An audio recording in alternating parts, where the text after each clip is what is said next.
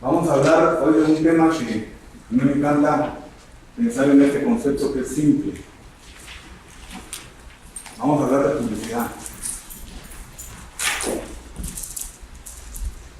¿Cuáles son los 3 bienes más preciados en el mundo en el siglo XXI?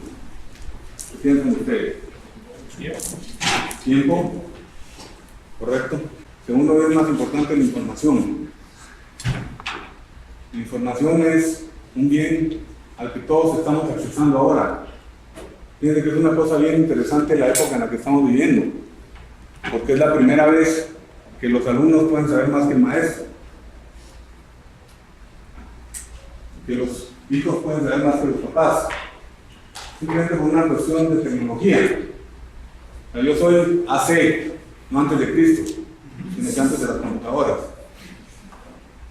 Ya mis hijos grandes estuvieron en la transición entre el mundo desconectado y el mundo conectado ahora a través del internet, y mis hijas pequeñas ya nacieron en un mundo conectado. Ya su cosmovisión del mundo es totalmente uno. Y el tercer bien más apreciado del siglo XXI es la atención. Fíjense, son un día normal de cualquiera de ustedes, un joven de 25 años, se levanta con el despertador de su Sony Ericsson, en su cama de calea, se lava los dientes con Oral-B, con pasta dental Colgate, se baña con Dove, Head and Shoulders, se pone su ropa interior Calvin Klein, sus Levi's, su camisa Lacoste, sus zapatos Puma, eso no puede faltar. Anda en su Volkswagen Golf con llantas Goodyear, pasa a McDonald's porque hay que pasar a McDonald's, y lleva una barra para si a las 10 de la mañana le da hambre cuando llega a la oficina. Tiene una máquina de Nescafé, y si es creativo prende su Apple, y si es ejecutivo prende su PC. Y eso lo estoy haciendo corto, porque entre su casa y su trabajo obtuvo 1 millón de estímulos más. La radio, las vallas, el periódico que cogió. O sea, imagínense ustedes a cuánta cantidad de información estamos expuestos ahora. Es tremendo, ¿cierto? Entonces, llamar la atención es fundamental. ¿Quién se acuerda quién ganó los Music Awards de hace 7 u 8 años? Pero todos se acuerdan de esto, ¿verdad?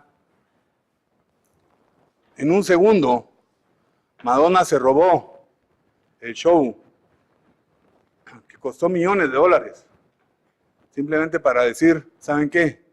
La reina sigue haciendo esta. Y lo que venía inmediatamente después de esto era la cara de idiota de Justin Timberlake. Porque esto fue cuando todavía eran novios con... Entonces, partamos de que la publicidad en esencia es comunicación. Pero, back to basics. ¿Cómo es la comunicación humana?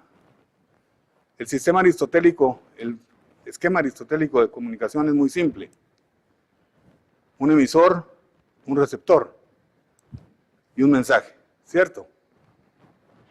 Pero en publicidad, ¿qué hace falta para que esto se convierta en un mensaje publicitario? ¿Qué creen ustedes que hace falta para que se convierta en un mensaje publicitario? Codificación. ¿Para qué? Para que el receptor lo pueda entender en los símbolos que entiende. Pues que... Y obtener una respuesta. Entonces el mensaje ya deja de ser un mensaje y se convierte en un estímulo. Porque siempre que estemos haciendo publicidad, lo que estamos buscando es una respuesta. O sea, no podemos hacer publicidad sin buscar esa respuesta. Esa respuesta puede ser una compra, un cambio de actitud, un voto. O sea, pero siempre estamos buscando, cuando hay una comunicación publicitaria, si no hay respuesta, entonces esa comunicación no sirvió. Y eso hay que estar bien claro. ¿Y cuál es la mejor forma de testear una campaña de publicidad? El sonido de la máquina registradora. La publicidad está diseñada para vender. Si no hay un proceso de venta, si no hay una respuesta, si no hay un cambio de actitud, no hicimos nada. Entonces hablemos de publicidad. Las preguntas son más importantes que las respuestas. Este es un principio que nosotros tenemos y que todos los días nos recordamos de él, porque es fundamental. Uno está acostumbrado, fíjense, cómo es de dramática la situación, que nosotros estamos utilizando un sistema de educación que fue inventado a finales del siglo XIX. Este sistema de educación. Un mono sabio y monos aprendices. El mono sabio le dice a los monos aprendices todo lo que hay que saber. Y los monos aprendices no cuestionan al mono sabio si el mono sabio está más alto que ellos. Cuando un mono sabio dice algo y el más inteligente de la clase contesta, le tiramos una galletita, que es una nota. Y todo el mundo se siente bien. Es un sistema diseñado a finales del siglo XIX, con información del siglo XX, para gente del siglo XXI.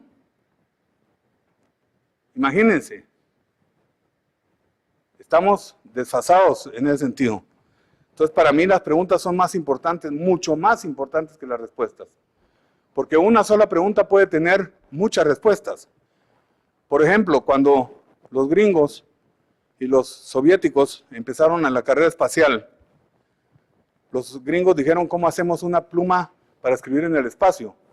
Porque el bolígrafo trabaja por gravedad, es un tubito de tinta que mancha una bolita y la mancha es lo que escribe. Pero si no hay gravedad, entonces invirtieron $12 millones y lograron su bolígrafo que trabajaba sin gravedad. Los soviéticos dijeron, ¿cómo hacemos para escribir en el espacio? Gastaron $50 porque llevaron 100 lápices.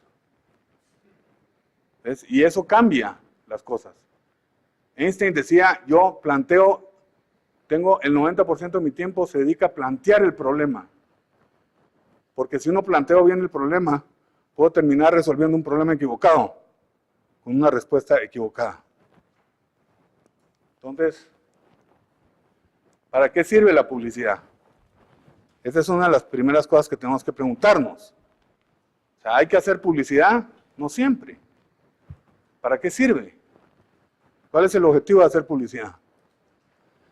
Nosotros partimos de que las grandes ideas son estratégicas, no publicitarias. Por ejemplo, ¿cuántos de ustedes tienen iPod? ¿Cuántos de ustedes se acuerdan de la campaña de publicidad de iPod? El 80% tiene iPod y un 10% o 5% se acuerda de la campaña. Porque el iPod es en sí mismo una gran idea. No necesita una publicidad para generar ese espacio que se ha ganado. ¿Correcto?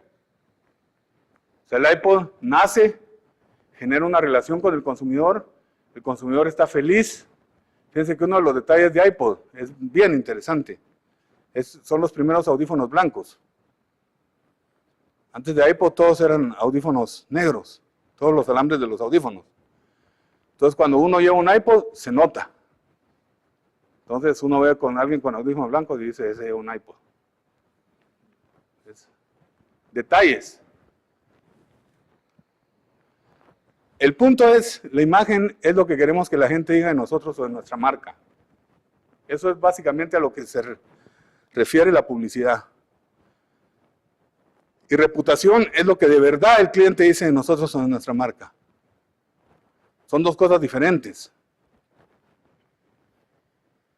Que tienen que ser iguales, en el caso ideal, si la publicidad no va de acuerdo con la reputación, porque la publicidad lo único que hace es acelerar el proceso de... No puede crear nada si no existe algo que comunicar. Este es un caso bien interesante. A nosotros nos llegaron a pedir una campaña de publicidad para 5B. Se percibía que era el que menos cajeros tenía en el mercado. Y eran más y mejores cajeros los de banco, los de BI, los de Bancarred. De hecho, todavía me acuerdo los números. Bancarred estaba calificado 9 sobre 10. Banco Industrial estaba calificado 8 sobre 10. En términos de servicio y de cantidad de cajeros. 5B estaba calificado en menos 4. Entonces llegaron y nos pidieron una campaña de publicidad. Tenemos que corregir esto con una campaña de publicidad. Y el punto es, ¿el problema era la publicidad? Percepción de realidad. Esa es una de las primeras cosas que tenemos que entender en publicidad. Esa famosa cuestionamiento filosófico de que si en un bosque cae un árbol y nadie lo oye caer, ¿realmente el árbol cayó? En publicidad, si no lo oye nadie, no cayó. Eso, o sea, tiene que oírse, verse y saber que el árbol cayó y por qué razón cayó. Porque percepción es realidad. Para nosotros, el principal punto de relación de un cajero automático, ¿cuál es? El cajero mismo. ¿Para qué usa uno el cajero automático? Para sacar dinero. El 91% de los casos es para sacar dinero. ¿Cuándo uno saca dinero? ¿Cuándo? Hasta hoy porque es después de quincena. Pero, ¿cuánto saca dinero?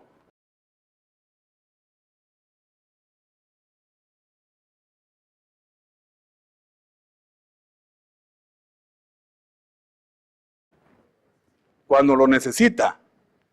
Imagínense que el cliente va a decirnos, hagamos una campaña donde le digamos a toda la gente dónde hay cajero 5B. Y hagamos un mapa. Yo me imagino a alguien en Oakland Mall, ¿verdad? Pues necesitamos un cajero 5B.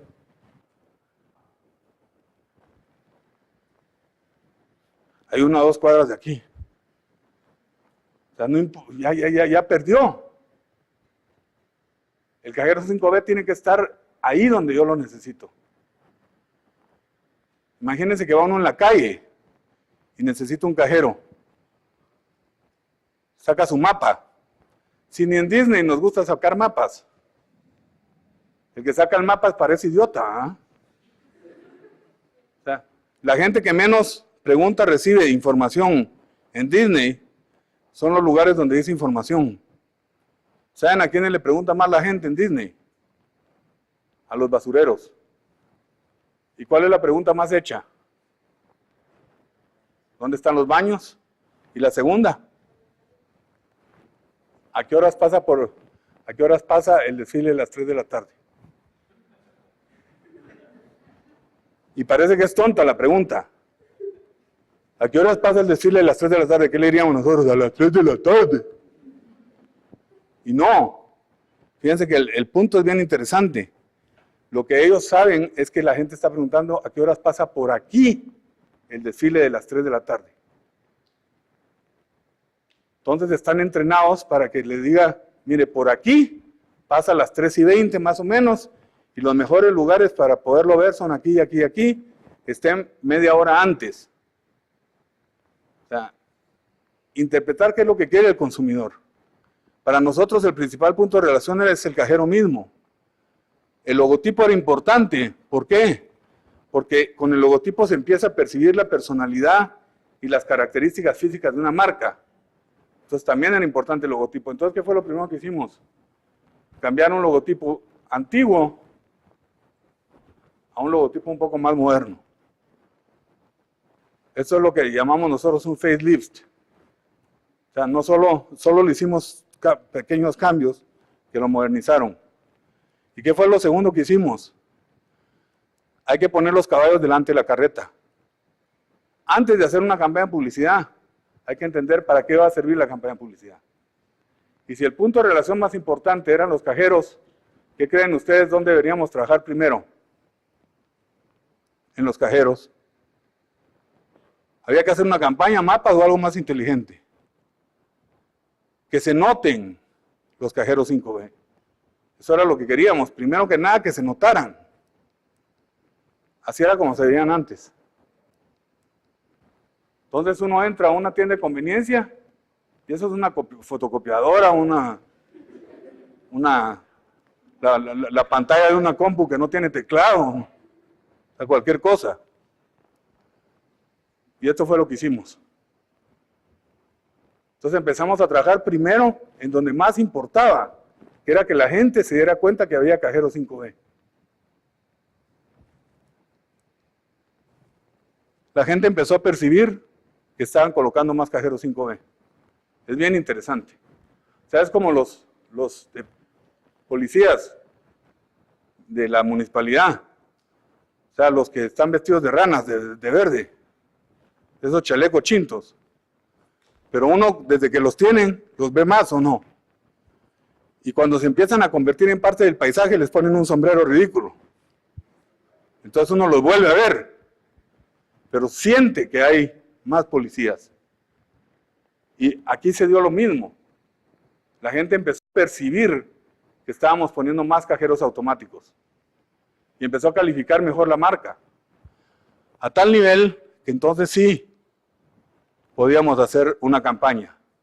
Ya cuando la gente empezó a percibir que había más cajeros, lo único que hicimos fue una campaña para acelerar esa percepción. Eso es lo primero que creo que es bien importante entender. La publicidad solo es un reactivo del mercadeo. Solo genera que la reputación de un producto se conozca más rápidamente entre más gente.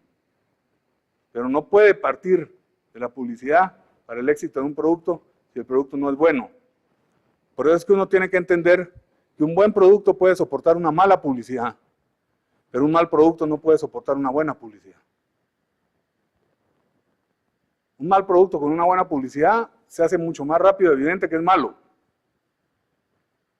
Un buen producto con una mala publicidad, el tiempo va a ir dejándolo, va a ir haciendo que la gente reconozca que es bueno. Entonces, y ahí ya empezamos a hacer una campaña. En todas las esquinas nos tienen rodeados. Y que fue un medio muy interesante, porque para mí el punto es no pensar en medios, sino pensar en puntos de relación con el consumidor. En publicidad el mensajero es tan importante como el mensaje. ¿Y qué estábamos diciendo en este caso? Que estábamos en todos lados. ¿Y qué era lo mejor que podíamos hacer para demostrar que estábamos en todos lados? Un bus, traseras de buses. ¿Qué fue lo que pasó después de esto? 5B recuperó su prestigio, se sentaron a la mesa Bancarred, BI y 5B y se pusieron de acuerdo entre ellos para que ahora uno pueda hacer transacciones en cualquier cajero automático. ¿Correcto? Nosotros perdimos una cuenta. Ellos ganaron un mercado. Es bien importante entender que la pregunta no es qué vendemos nosotros. La pregunta es qué compra el consumidor. Por si no se han dado cuenta, yo soy gordo. O sea, nada más les quiero aclarar para que no. Y como gordo, doy un montón de este tipo de conferencias y de clases. Tenemos una escuela de creatividad. Me paso mucho tiempo parado. ¿Qué creen ustedes que yo compro cuando voy a buscar zapatos? Comodidad. No compro look. No compro diseño. Compro comodidad. ¿Ves? Fíjense, cuando entra un hombre, cuando entra una mujer a un closet y dice no tengo nada que ponerme, ¿qué está diciendo realmente? No tengo nada nuevo que ponerme. Quiero ir de shopping. Cuando entra un hombre a un closet y dice no tengo nada que ponerme, ¿qué dice? No tengo nada limpio que ponerme. ¿Ves? Con los zapatos la actitud es radicalmente distinta. Piensen en cuántos zapatos tienen ustedes, hombres, en su closet. Los negros, los cafés, los tenis y los vino tinto. Si son muy agresivos. Y tal vez 2 o 3 pares de tenis, porque ahora, qué feo que lo vean uno con los mismos tenis todos los días. Si son mujeres, ¿cuántos zapatos tienen? Pregunten. Los negros, bajos, altos, cerrados, abiertos, de tacón muy alto, de tacón mediano. Pasemos a los cafés, altos, bajos. Multipliquen eso por cada color que hay.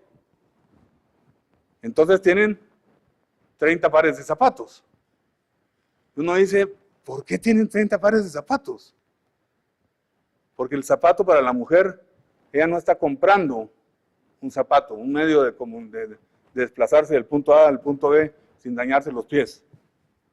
Está comprando moda, está comprando look, está comprando estilo. Entonces es bien importante que uno se pregunte, no qué es lo que vendemos, sino qué es lo que compra el consumidor. ¿Qué diferencia hay entre una paca y la megapaca? Alguien que se atreva a decirme. Que es ordenada. La imagen. Fíjense qué interesante. La diferencia no es funcional. O sea, todas las diferencias funcionales que tiene la megapaca son para lograr una diferencia en términos emocionales. Cualquier paca vende ropa usada. El consumidor en la megapaca compra dignidad. Es bien interesante. O sea, el consumidor en la megapaca no está entrando a una paca, está entrando a una tienda de departamentos barata. Igual que Simán, solo que con ropa usada. Es bien interesante porque cuando empezamos, tenían 7 tiendas, ahora tienen 32. Cuando empezamos a trabajar juntos, uno se encontraba a alguien en la megapaca, así del nivel de uno, un amigo de uno, y siempre tenían una justificación. Ahí vine para conocer. Vine para ver. Uno se encontraba familias enteras. Y no es que estamos comprando regalitos. Peor. O sea, el concepto es, la megapaca es una tienda de departamentos que vende ropa usada. Pero la gente no compra ropa usada, compra dignidad. Entonces empezamos a usar un estilo muy guatemalteco de comunicarnos. Solo estrenos es la Mara. Me llegás. Si se dan cuenta, son modelos locales metidos en un ambiente muy de look de moda. La señora de arriba era la encargada de la guardería de la agencia. Y cuando le dijimos que iba a ser modelo de un anuncio, se sintió Sofía Loren. Y esa es la actitud que tiene. Entonces, eso dignifica al consumidor. Le dice comprar en la megapaca no es de cholos, es de cualquier tipo de gente. Lero, lero, bien chilero. Ese es nuestro mensajero actual. La gente está caliente. Este fue bien interesante porque la Municipalidad de Guatemala mandó a censurarlo. Porque era, uy, Dios mío, en Semana Santa sacar eso en una valla. Mi gente está caliente. Entonces lo que hicimos en Guatemala fue recortar nada más la figura de los dos y poner un título que decía, si quieres ver lo que había aquí, anda a una megapaca. Entonces, le pudimos dar doble sentido a la presencia de las vallas. Es bien importante cuánto dura una valla, el tiempo que te impacte. El tiempo que te impacte. ¿Cuánto dura un anuncio? El tiempo que dure funcionando. Si el arco iris saliera todos los días, ya no nos daríamos cuenta de él, ¿cierto? Pero como sale de vez en cuando, decimos, ¡hala, qué lindo! Ese es el concepto de la publicidad. La publicidad es estar llamando la atención continuamente. Y fíjense que estamos en un negocio complicado, en un país complicado. Porque yo tengo clientes que, aunque ustedes no lo crean, me han llegado a decir, vos necesito un anuncio, pero que no se note mucho. ¿Ah? Sí, que no se vea muy, que la gente no lo va a notar mucho. Nosotros hacemos famosas a las marcas. Y la fama tiene dos lados. Tiene detractores y tiene promotores, fanáticos. Arjona no le cae bien a todo el mundo. Hay gente que lo adora y hay gente que lo odia. Eso es la fama. Y nosotros cuando hacemos publicidad, lo que estamos es haciendo las marcas famosas. Y va a haber gente que le va a gustar y va a haber gente que no le va a gustar. El principio es, tengan cuidado con subestimar al consumidor, porque el consumidor es su esposa, su papá, su novio, su novia, su mejor amigo. Él es el consumidor. Nosotros deberíamos empezar a cambiar el término de llamar a los consumidores y hablar de personas. Hay un consejo que a mí me dieron hace 20 años, que me pareció muy válido, y cada vez que lo aplico, funciona. Cuando hagas un anuncio, no estés pensando en la masa, piensa que le estás dando un consejo a tu mejor amigo. ¿Cómo lo vas a sorprender? ¿Qué le vas a decir? Esto era cuando iba a empezar el mundial. Todo el mundo estaba en la onda del mundial. Nosotros, ¿cómo podíamos meternos? Que empiece la chamusca. Ve qué chulá. Eso es muy chapín. Toda nuestra comunicación está basada en la forma de hablar. Y lo más lindo de todo es cuando ahora ves que Tigo dice qué chilero estar en Tigo. Y no sé quién está usando también la palabra chilero. O sea, ya le perdieron el miedo a usar nuestro modo de hablar. Si así hablamos, ¿por qué no nos vamos a comunicar así? El problema es que una de las cosas que más afectan a la publicidad es el concepto de universalidad que tienen que tener los anuncios. No es cierto. Yo trabajo para un mercado que es Guatemala y tengo que hablarle a los guatemaltecos. Y les hablo en el idioma que me entienden ellos. Se abre paca. Vamos a sextear. Aguas, fíjese bien en el color de la etiqueta para pedir su descuento. O sea, todo está enchapinizado. Vamos de shopping. ¿Ves?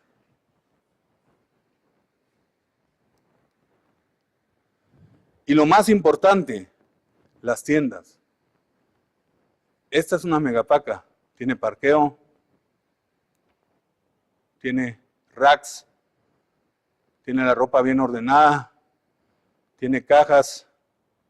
Parece que estuvieran yendo no a una paca, sino que a una tienda por departamentos. Esa es la gran diferencia. Cuando uno encuentra un concepto, una idea estratégica única, entonces empieza a comunicarse con el consumidor. Eso genera una reputación. Y esa reputación es la que podemos acelerar a través de la publicidad. El principal índice de calidad, ¿cuál creen que es? El precio. Eso es lo primero que nos fijamos para saber si algo es bueno o malo o no. Fíjense que Volkswagen perdió toda su esencia. Volkswagen, ¿qué significa Volkswagen? Carro del pueblo. ¿Y ahora qué es Volkswagen? No sé qué es Volkswagen. Puede ser una Touareg que cuesta $65,000 o un Polo que cuesta 110,000 quetzales. Entonces, ¿qué es Volkswagen? No sé. Ya pierde su esencia. Fíjense que nosotros una de las cosas que les dijimos, que nos hemos metido mucho con ellos, es que no pongan aire acondicionado en sus tiendas. Que no pongan. Porque eso empieza a dar sensación de caro. ¿Ves? Escaleras eléctricas. Empieza a dar sensación de caro. Entonces tenemos rampas, son techos muy altos, hay buena ventilación, pero procuramos no dar sensación de cosas que sean superfluas. Ánfora es otra marca pequeña. Una marca pequeña que nosotros empezamos a pensar en cuál era la gracia de Ánfora, cuál era la esencia, quedar bien. Y empezamos a cambiar el modelo de negocio de ellos en base a ponerlas en las rutas más importantes y hacer, esto era Ánfora antes que trabajara con nosotros. Parecía cualquier pastelería, ¿verdad? Dale un toque dulce a esos días amargos, muy creativo. Ánfora, tenía un ánfora para que la gente supiera que Ánfora era eso. No decía nada. Entonces, ¿qué fue lo que empezamos a hacer? Primero cambiamos el logotipo. Lo hicimos más simple. Porque para mí la gente, yo quiero que la gente piense que Ánfora es una pastelería, no una cosa de accesorios. Pastelería Ánfora. ¿Quiere celebrar? Fíjense que este tuvo, el de arriba, se rompen dietas a 300 metros. Ese fue uno que pusimos en la Vistahermosa, en una pasarela de Vistahermosa. Y esa tienda, el primer mes, empezó a dar ganancias. Desde el primer mes que la pusimos. Y alguien dijo, pero es que es un mensaje negativo. Papito, cuando vas a comprar un pastel no estás pensando en dieta. O sea, es como vender pizza con Coca Light. ¿Ves? O uno pide la pizza Krusty porque es más delgadita, entonces uno engorda menos. La pizza no engorda, el que engorda es uno. Entonces le pusimos mucho coco a las tiendas y al ambiente que hay en las tiendas. Todo esto son productos que nacieron de discusiones con la agencia. Pasteles imaginarios.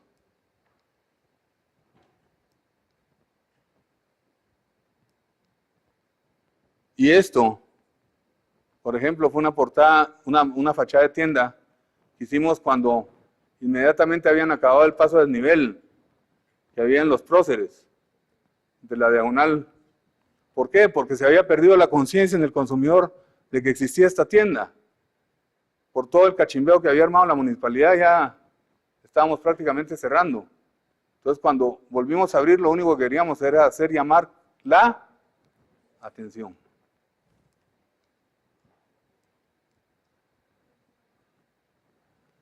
Una cosa interesante, por ejemplo, estas galletas estaban atrás, ahora las pusimos al lado de las cajas.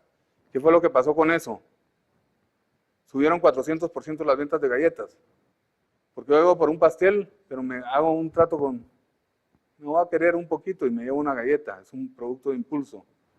Las grandes ideas son estratégicas, no publicitarias, por favor, métanse eso en la sangre.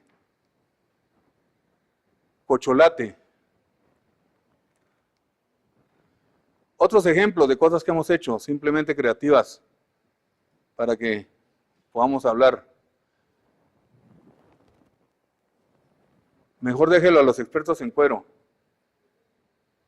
Esto fue una campaña que tuvo 2 vallas. Y después de esta campaña la gente reconocía a Autoselect como los expertos en cuero. Esta fue una campaña que hicimos para una moto Dakar de Macesa. Haga su última parada. Si se dan cuenta otra vez, tomar en cuenta el medio, tanto como el mensaje. O sea, ¿qué le estábamos diciendo ahí a la gente que va en camioneta? No sea mula, no se suban a la camioneta. Ahí se ve el puñalito y... Esta campaña nos ha dado muy buenos resultados a principio de año. Esta fue la de hace 2 años. Saca ese flaco que llevas dentro. ¿A qué no saben quién es el gordo ese? ¿En quiénes se basaron los desgraciados diseñadores de la agencia para...? No se parece a mí, ¿verdad? Esta fue una campaña que hicimos contra las balas perdidas, para que la gente no dispare, no se salga feliz en Nochebuena, pa. Esta fue una campaña que hicimos para Banrural, en el interior, su crédito, el interés.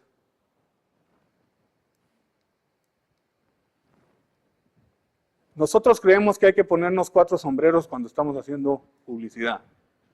¿Cuál es el primer sombrero que nos ponemos? El sombrero del cliente.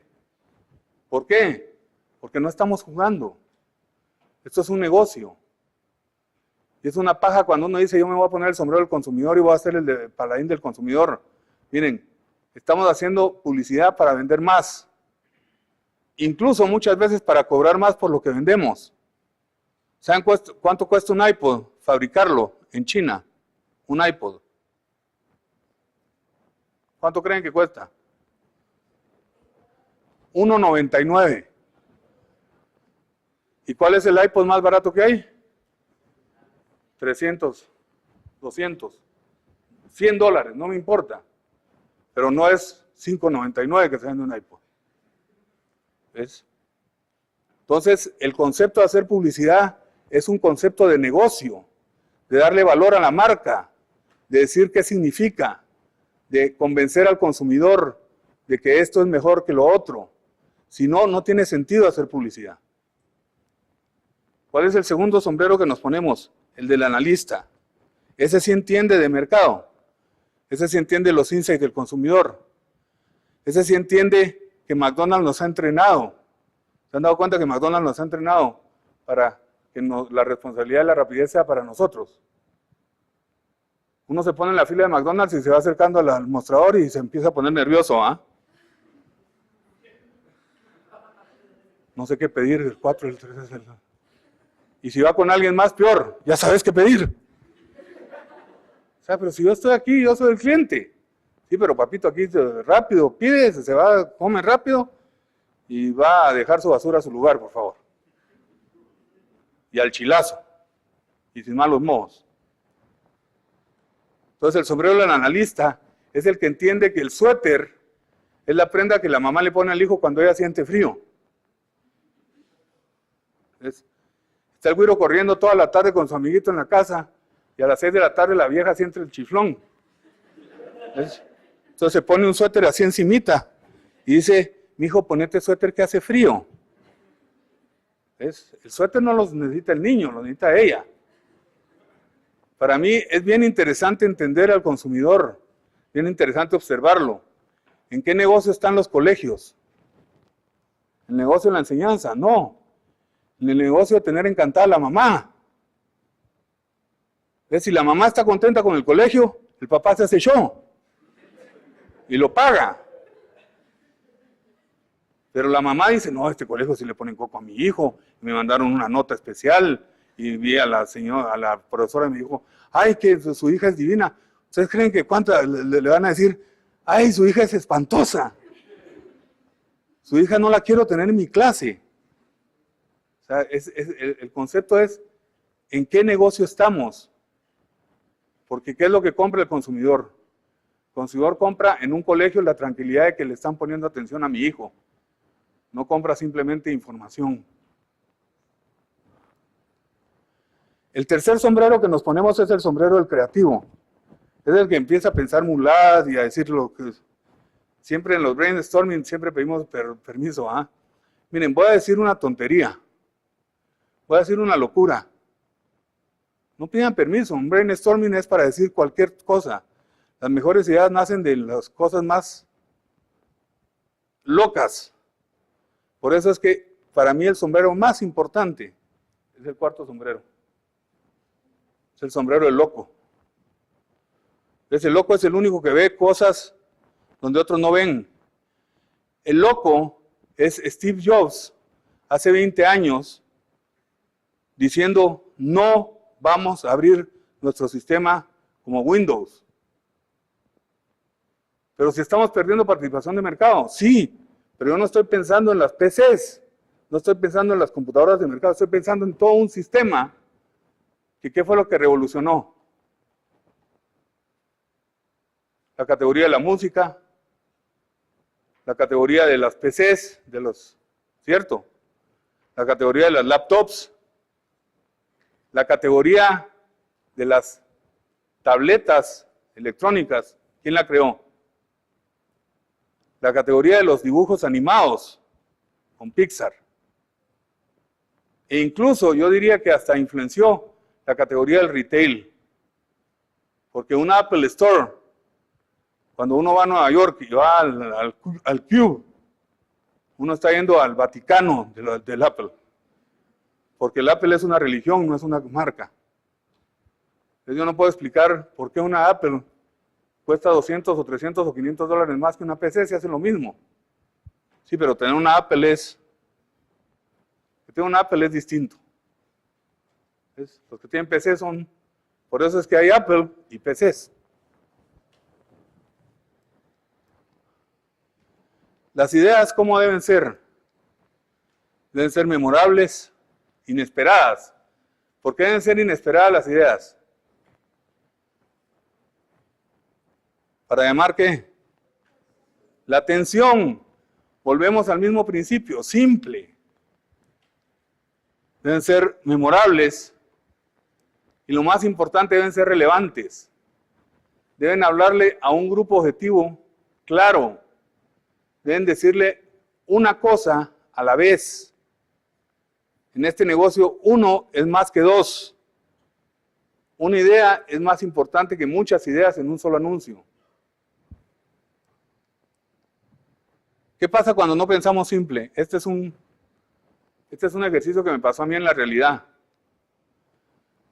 Nosotros éramos representantes de TWA, que era la agencia de Apple en Estados Unidos. Entonces llegó el distribuidor de aquí y nos dijo que era un anuncio para Apple. Le dijimos, era el tiempo que estaban lanzando la iMac. Y le dijimos, lancémoslo con la campaña que están usando en Estados Unidos, que ha sido exitosísima. Es más, el primer día se vendieron 287,000 iMacs en Estados Unidos.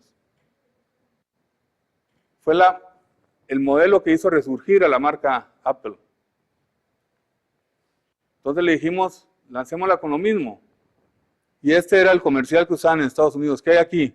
Einstein, el logotipo y la dirección de web.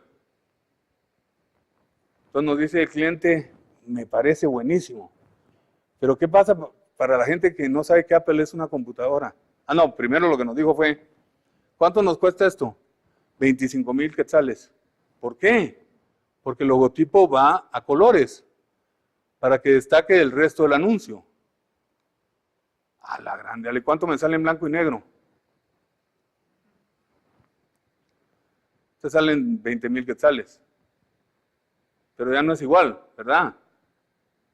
Ya se aplana ya no llama la atención el logotipo. Entonces nos dice, ¿y qué pasa con la gente que no sabe qué es Apple, vos? Esa gente no es tu consumidor. La gente de Apple se entera 6 meses antes de que va a salir un producto y lo está esperando. No, pero hay un montón de gente que si ve el anuncio y va a ver que hay una marca Apple, va a ir a ver. Vos costás 200, 300, 500 dólares más que el equivalente en una PC. ¿Crees que te van a comprar a vos? No, pero es que, bueno. Entonces uno empieza a pensar, tengo que pagar la luz, tengo que pagar el agua, tengo que pagar los sueldos. Y dice, está bueno, va a ceder. La mejor computadora para el nuevo milenio. Entonces ya cambiamos el lugar donde está la computadora, el logo, lo pasamos aquí. ¿Se dan cuenta? Y ahorita ya no tenemos 3 elementos, ya hay 4 elementos. Y el cliente nos dice, pero tan bonitas que son las iMac, vos. Ah, no, antes de esto nos dice, ahí ya no se ve tanto el logo, ¿por qué no lo crecemos? Y ponemos la computadora. Porque qué bonitas son las computadoras, ¿verdad? Entonces ya tenemos 1, 2, 3, 4 elementos. hagamos el logo más grande porque ya no se ve. Entonces uno dice, todavía se salva el anuncio ahí, todavía se salva. Vos, pero mis vendedores son medio pendejos, mano. Entonces, ¿por qué no ponemos las características de la... porque vas a ensuciar el anuncio y ya no va a tener el mismo impacto. No, hombre, pero es que mis vendedores, vos, la gente viene a tu tienda y tus vendedores no van a tener que decirle, porque ya la gente de Apple sabe qué características tiene. Es más, son más expertos los de Apple que los de aquí. No, pero mejor pongámosle las características. Y además, fíjate que quiero hacer una oferta de 5 pagos a precio de contado y que se note. Y vos sabés que yo soy solo el distribuidor de esta compañía. Solo tengo un 2% de margen, con eso no me alcanza. Esto lo vamos a hacer entre todos los distribuidores. Yo quiero que aparezcan todos los logotipos. Y en ese momento uno ya estás a punto de suicidio. Y entonces viene el cliente y dice, ¿vos de qué colegio te graduaste? Del Javier. Yo de la prepa. Ah, qué bueno, te felicito. Pero vos y yo sabemos quién es el viejito ese. Pero la Mara no sabe quién es el viejito. Ahí sobra algo. Y terminamos en ese anuncio. Y el cliente termina sin agencia y yo termino sin cliente. 2 meses después. ¿Por qué? Por no habernos puesto en principio de acuerdo en lo más fundamental que es la estrategia. Las grandes ideas son estratégicas, no publicitarias. Eso es lo más importante, ponerse de acuerdo en qué vamos a comunicar. La creatividad es un proceso que no tiene dueño, no es la agencia, la creativa, no es el cliente el creativo, es el proceso el que tiene que ser creativo.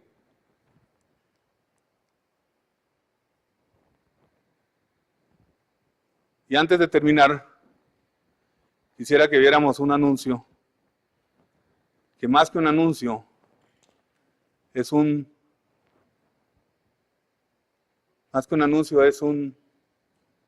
filosofía de vida. Es alguien a quien yo tuve oportunidad de conocer y me parece que cambió el mundo. Here's to the crazy ones, the misfits, the rebels, the troublemakers, the round pegs in the square holes, the ones who see things differently. They're not fond of rules, and they have no respect for the status quo. You can quote them, disagree with them, glorify or vilify them. About the only thing you can't do is ignore them. Because they change things. They push the human race forward. And while some may see them as the crazy ones, we see genius. Because the people who are crazy enough to think they can change the world are the ones who do.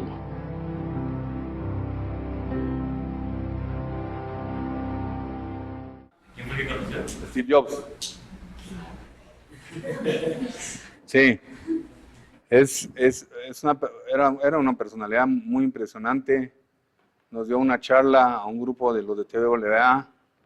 Tuve oportunidad de hablar con él y el tipo era verdaderamente avasallador. Difícil trabajar con alguien que es un genio. El tipo estaba viendo todo el tiempo 20 años adelante, 50 años adelante. Y la charla que nos dio fue sobre cómo tenía que ser un buen publicista. Steve Jobs, no tenía que ver nada con... Y nos dijo, lo principal para mí de un buen publicista es la honestidad. La honestidad de estar haciendo el trabajo que le gusta, la honestidad de estar apasionado por lo que le está haciendo, como en cualquier otro trabajo. Lo más importante es la pasión. Si uno no tiene pasión por lo que hace, no lo haga. Si uno está haciendo lo que hace por el sueldo, hay muchas maneras más fáciles de ganar dinero. Y ese fue el mensaje más importante que entendí de mi charla con Steve Jobs. Fue lo más importante que puede tener uno es pasión por lo que hace. ¿Quién tiene la segunda pregunta? Está todo clarísimo.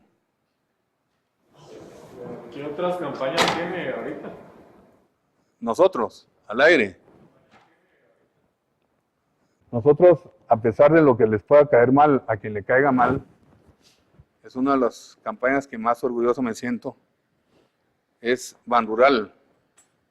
Y Banrural me parece que es un concepto sumamente interesante, porque el principio es hablarle a la base de la pirámide. Banrural no va y hace un estudio de mercado y dice cuánta gente hay aquí, vale la pena que ponga una agencia, sino que va a donde están llegando las remesas, ponen una agencia y eso empieza a desarrollar el mercado. Es uno de los primeros casos verdaderamente de descentralización que le permiten al gerente de la agencia aprobar in situ en la agencia misma, sin tener que pasar por todo el trámite de que venga a Guatemala y todo el proceso, préstamos de hasta 25,000 o 30,000 quetzales. Es el banco que más cuentavientas tiene en Guatemala, de mayor crecimiento, de más participación femenina entre los cuentavientes. Es un banco que verdaderamente nosotros siempre hemos pensado que el concepto de Banrural no es el negocio de la banca, sino el negocio del desarrollo. Entonces todo el tiempo estamos pensando en ese concepto. Megapaca, yo no me acuerdo de las que tenemos, pero yo no trabajo, yo solo llego a la agencia. Calea, la Facultad de Ciencias Económicas de la Universidad Francisco Marroquín.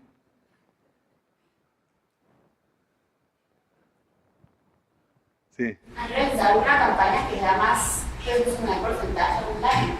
¿Perdón? Y que sea más que todo como en internet y así. Ah, eso sabía que venía la pregunta por algún lado. Las redes sociales. El famoso concepto de Facebook. El famoso concepto de vamos a hacer. Les voy a poner un ejemplo, vamos a ver si puedo, porque yo soy medio tarado con la tecnología, pero vamos a ver si lo puedo hacer. Pareciera que las redes sociales son ahorita el nuevo invento. Don't save. El nuevo invento del mundo, ¿verdad? Las redes sociales existen desde que nació el hombre. ¿Cuál es la diferencia ahora?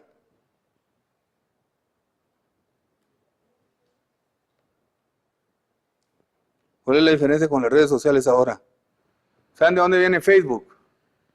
Facebook era el libro que le entregaban a uno en Harvard cuando entraba, con las fotos de todos los primeros de primer ingreso y el número de teléfono, para que se generara una red social. O sea, cuando uno piensa en Estados Unidos, la gente que iba a Harvard decía, it's not only what you know, it's who you know. O sea, el concepto de voy a una buena universidad porque eso me permite generar una red social, una red de negocios importante. Entonces, caemos continuamente en la tentación de que, como es viral y no cuesta nada, usemos Facebook, usemos Twitter, usemos las redes sociales. Y la red social cuesta utilizarla. Aquí tengo algún ejemplo.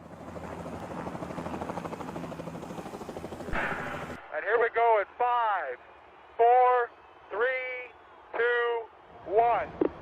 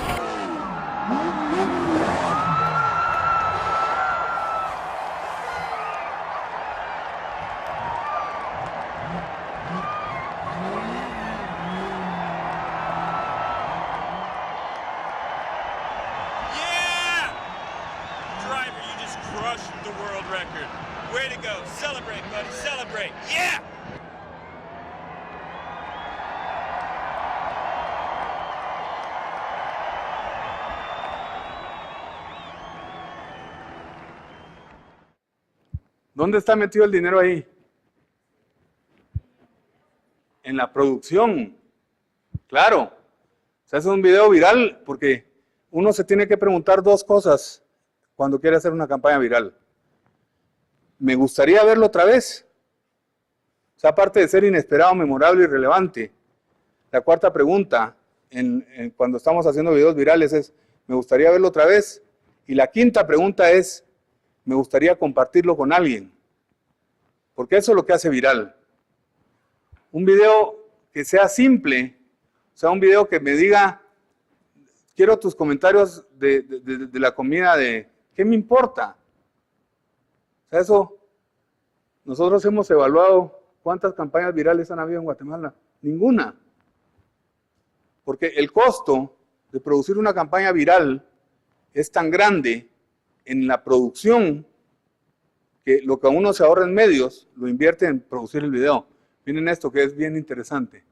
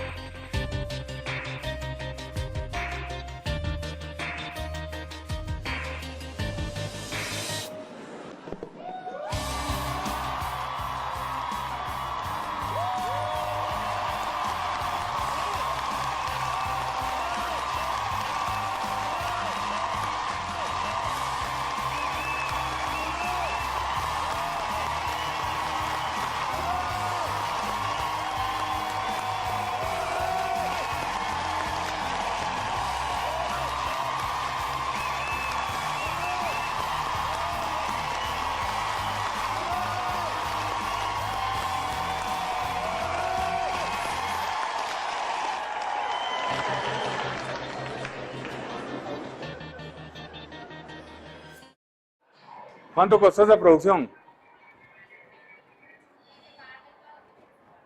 Todo el proceso de la preparación, de la preproducción, había más de 20 cámaras filmando el hecho, fueron 6 meses de preparación antes de hacer el video. O sea, no es así nomás. Entonces, tengan cuidado con los espejismos. O sea, las redes sociales, sí, las redes sociales, pero hay que saber que lo que voy a poner en una red social, tiene que tener las condiciones de quiero volverlo a ver y quiero compartirlo con alguien. Entonces, cuando vamos a hacer una campaña viral conscientemente, tenemos que tener eso claro. Porque los FUAs, ¿alguien ha visto el video de FUA? Los FUAs de este mundo son muy raros. O sea, nada más les doy una estadística. Cada minuto se están subiendo 15 millones de videos. Cada minuto en el mundo suben 15 millones de videos a la red. O sea, ustedes cuando estén compitiendo con la red, no están compitiendo contra la valla de la Megapaca, están compitiendo contra el mundo entero. Porque yo en Safari, con Safari o con cualquier otro navegador, puedo meterme a donde se me dé la gana y estoy compitiendo contra el mundo, ¿cierto o no? Entonces lo que tengo que poner es algo verdaderamente interesante para que me escojan a mí y no escojan a otro. Entonces es bien complicado, no es simplemente de que ahora la red vos y redes sociales y esa es la onda, mano. Ya viste que Obama quedó por eso. No. O sea, Obama quedó por muchas razones. Una de ellas fue la creación de una red social de apoyo, pero que apoyaba una estrategia básica, que era la estrategia del cambio.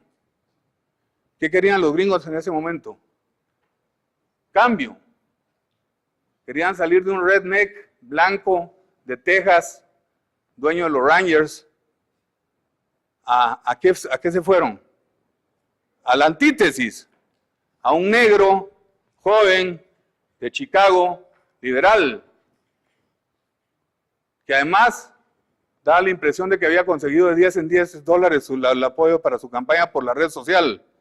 No es cierto, pero percepción de realidad.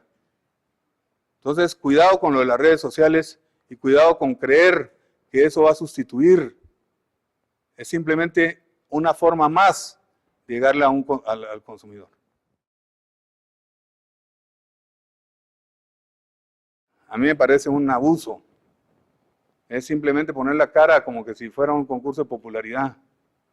En Guatemala no es una democracia realmente, estamos en un país en proceso de democratizarnos.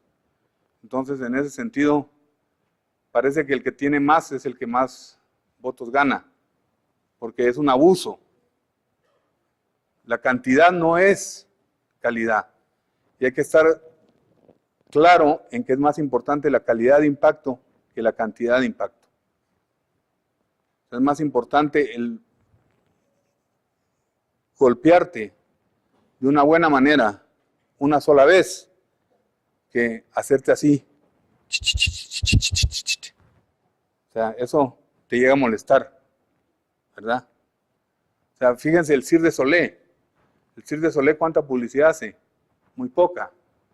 Pero todo el mundo cuando va a algún lado donde hay Cirque du Soleil, aprovecha para ir a verlo. Porque la gente habla bien del espectáculo. Lo más importante de una buena publicidad es un buen producto. Lo más importante de una buena publicidad es una buena estrategia. Lo más importante de una buena publicidad es entender que lo que estamos haciendo le está dando un valor al consumidor.